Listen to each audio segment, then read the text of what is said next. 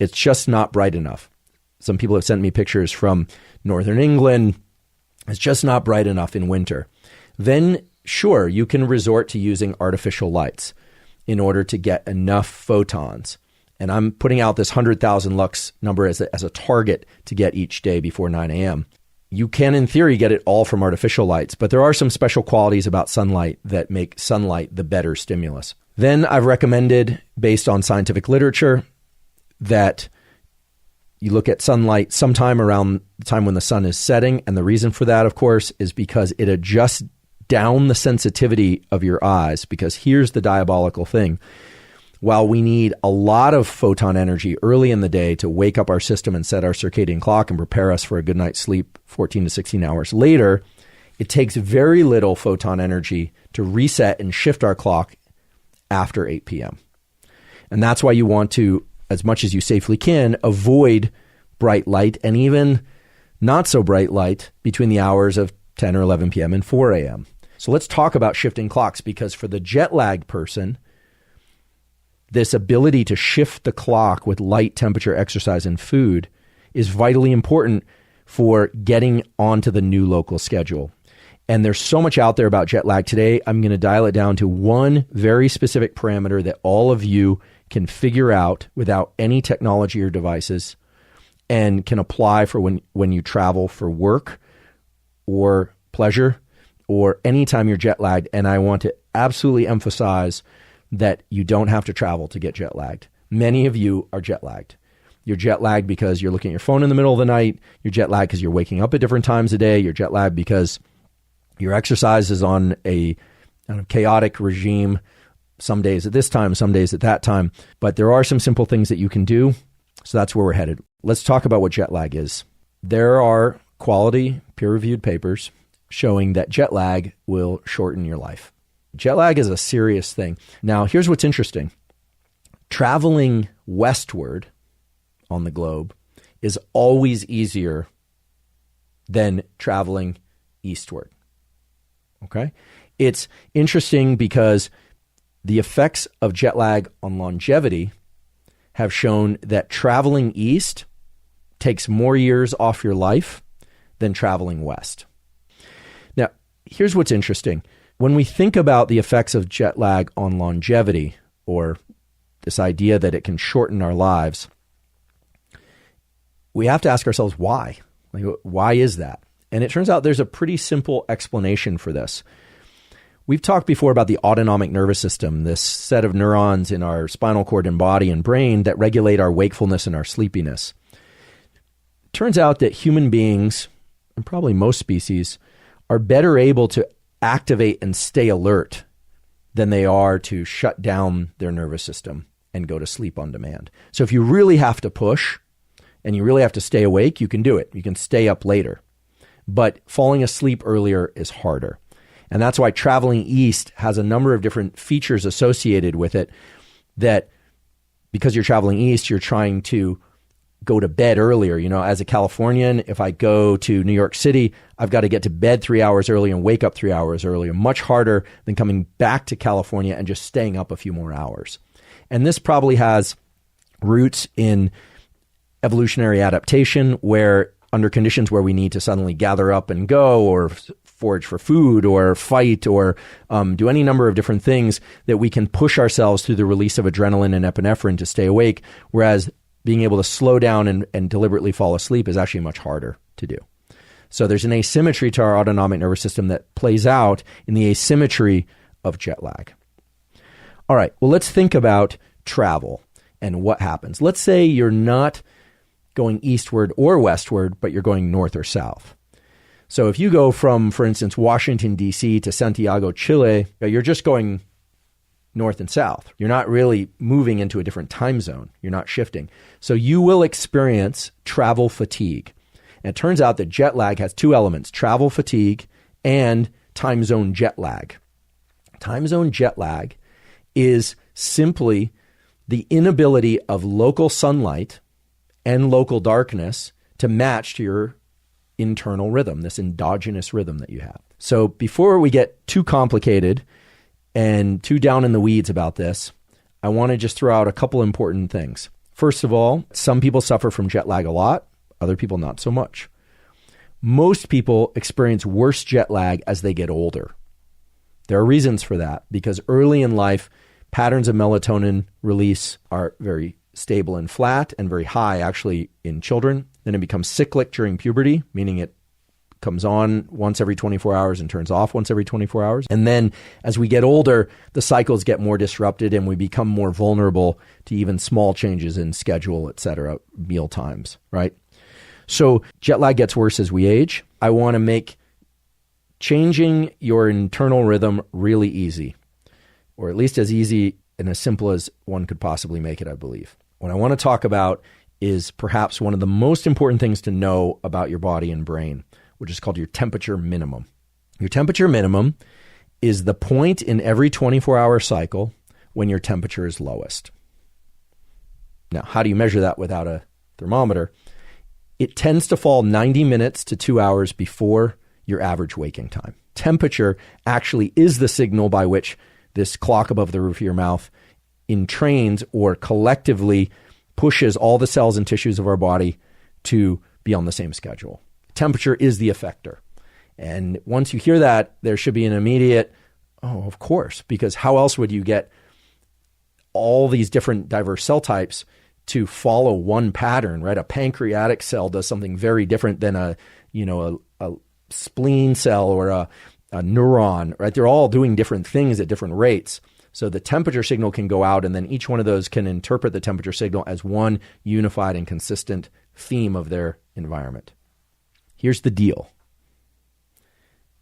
If you expose your eyes to bright light in the 4 hours after your temperature minimum, your circadian clock will shift so that you will tend to get up earlier and go to sleep earlier in the subsequent days.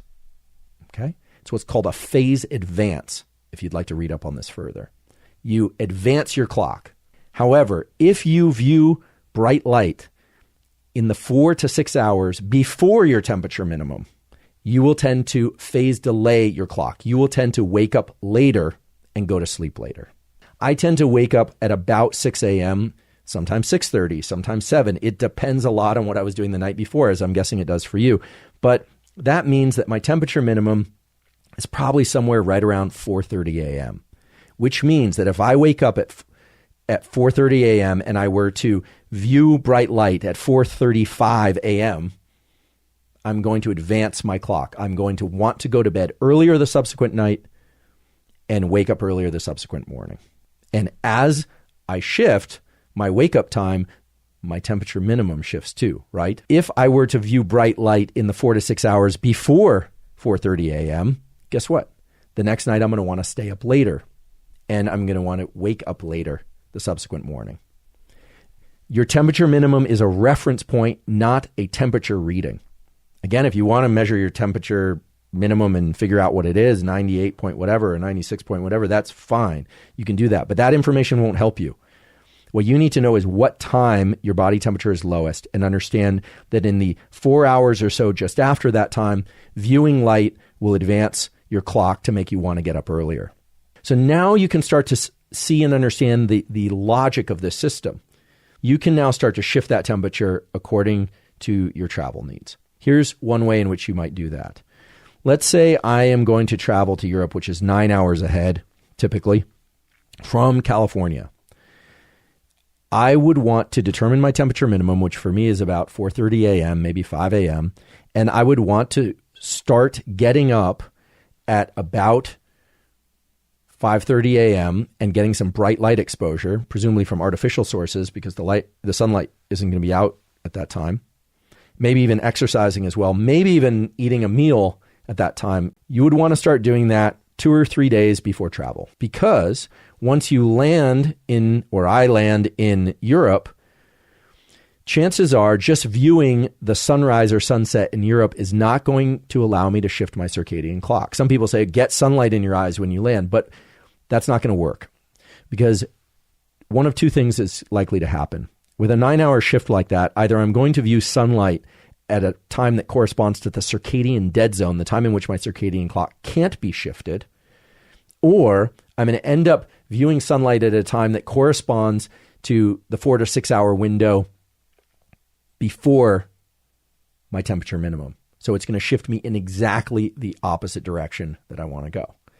So it can be very, very challenging for people to adjust to jet lag. So you need to ask, am I traveling east or am I traveling west? Am I trying to advance my clock or delay my clock? Remember, viewing light, exercise, and eating in the 4 to 6 hours before your temperature minimum will delay your clock. Eating, viewing sunlight, and exercising, you don't have to do all three, but some combination of those in the 4 to 6 hours after your temperature minimum will advance your clock.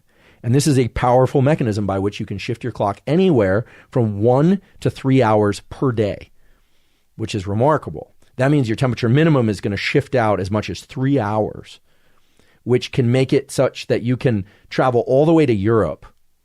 And as long as you've prepared for a day or so by doing what I described back home, and then doing it when you arrive, you can potentially accomplish the entire shift within anywhere from 24 to 36 hours. And so a lot of people are landing in Europe, getting sunlight in their eyes, and throwing their clock out of whack or not shifting their clock at all. This brings me to the other thing that's highly recommended. And I've mentioned this before, but you want to eat on the local meal schedule. If it's in your practice to fast, that's fine. But when you eat, you want to eat within the local schedule for alertness. Okay, I talked about traveling eastward, but we haven't talked about traveling westward. Let's say you're traveling from New York to California or from Europe to California. The challenge there tends to be, how can you stay up late enough? Now, some people are able to do this because, as I mentioned earlier, the autonomic nervous system is asymmetrically wired such that it's easier to stay up later than we would naturally want to than it is to go to sleep earlier. So let's say you land and it's 4 p.m. and you're just dying. You're in California, you came from Europe, it's 4 p.m. and you really, really want to go to sleep. That's where the use of things like caffeine, exercise, and sunlight can shift you, right? If it's after your temperature peak, then viewing sunlight around 6 p.m. or 8 p.m. or artificial light, if there's in sunlight, will help shift you later. Right? It's going to delay your clock and you're going to be able to stay up later. The worst thing you can do is take a nap that was intended to last 20 minutes or an hour. I do this routinely, and then wake up 4 hours later, or you wake up and it's midnight and you can't fall back asleep. You really want to avoid doing that. So provided it's not excessive amounts, stimulants like caffeine in coffee or tea can really help you push past that afternoon barrier and get you to sleep more like on the local schedule. And eating on the local schedule as well. A number of people have asked about the use of melatonin to induce sleepiness. Melatonin is this hormone that's released from the pineal gland. Melatonin induces sleepiness. Melatonin during development is also responsible for timing the secretion of certain hormones that are vitally important for puberty. Does melatonin control the onset of puberty? Not directly, but indirectly.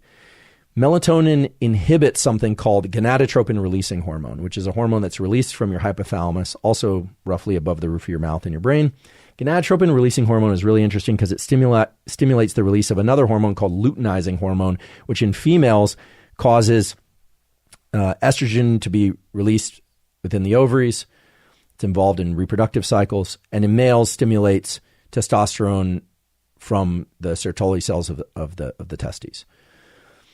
Melatonin is inhibitory to GnRH, gonadotropin-releasing hormone, and therefore is inhibitory to LH, luteinizing hormone, and therefore is inhibitory to testosterone and estrogen. There's just no two ways about it. So melatonin is used widely for inducing sleepiness when you want to fall asleep in the new location that you've arrived.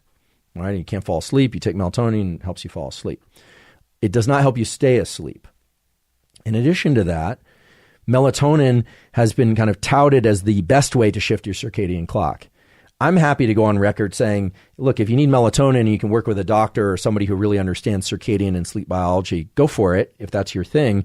But I, as always on this podcast and elsewhere, I have a bias toward behavioral things that you can titrate and control, like exposure to light, exercise, temperature, et cetera, that have much bigger margins for safety and certainly don't have these other endocrine effects that we've been thinking about and talking about.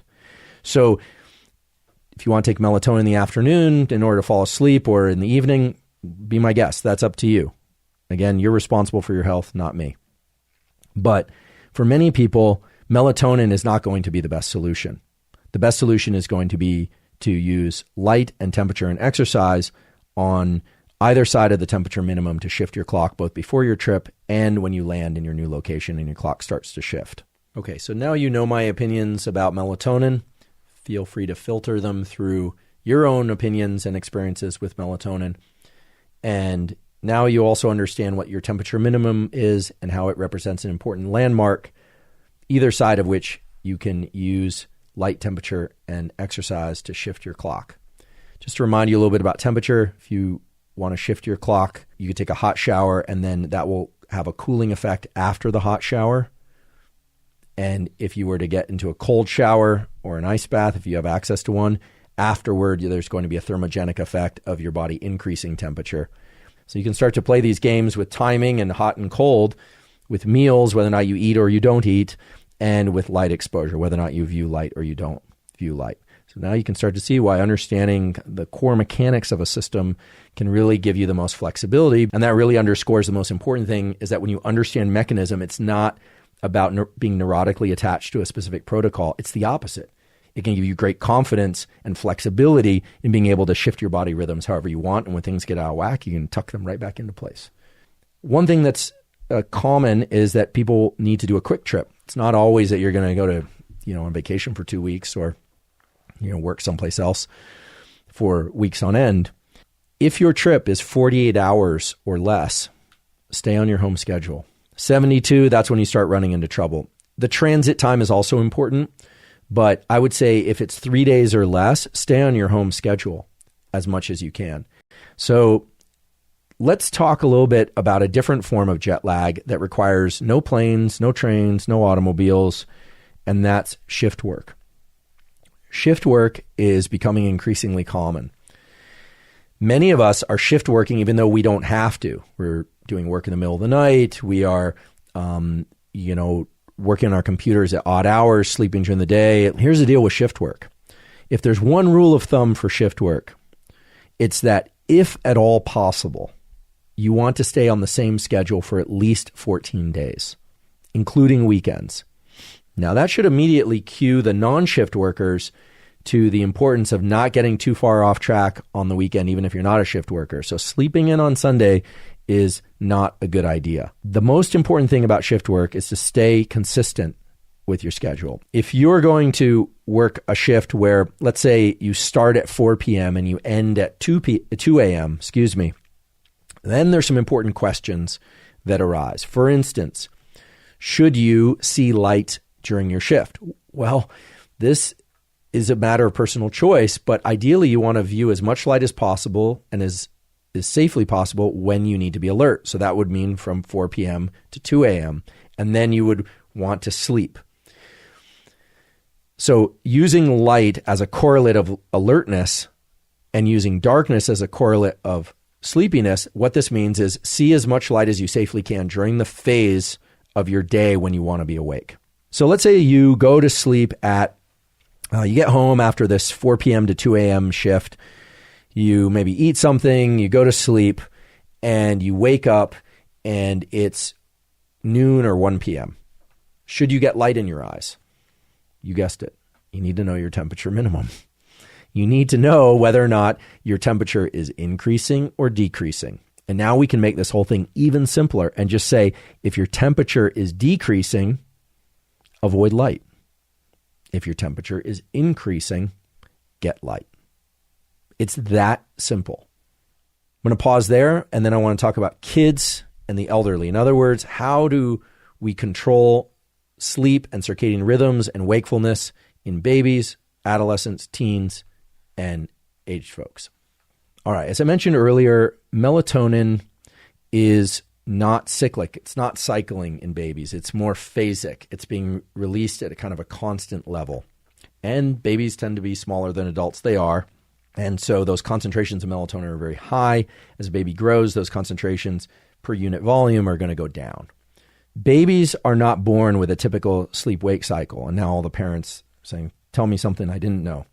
Perhaps the most important thing, if you're having to map to a baby's schedule in order to make sure that they're getting changings and nursing, et cetera, at the appropriate times, is to try and maintain, if you can't sleep or you can't sleep continuously, to try and maintain your autonomic nervous system in a place where you're not going into heightened states of alertness when you would ideally be sleeping. Now, I realize that this could be translated to try and stay calm while you're sleep deprived, which is very hard for people to do.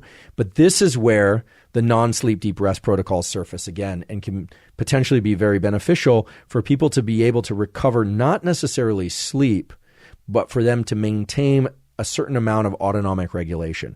Last night I woke up, I went to bed about 10:30. I woke up at 3 in the morning. I knew I wasn't feeling rested. I did a NSDR protocol. I fell back asleep. I woke up at 6:30. You need to teach your brain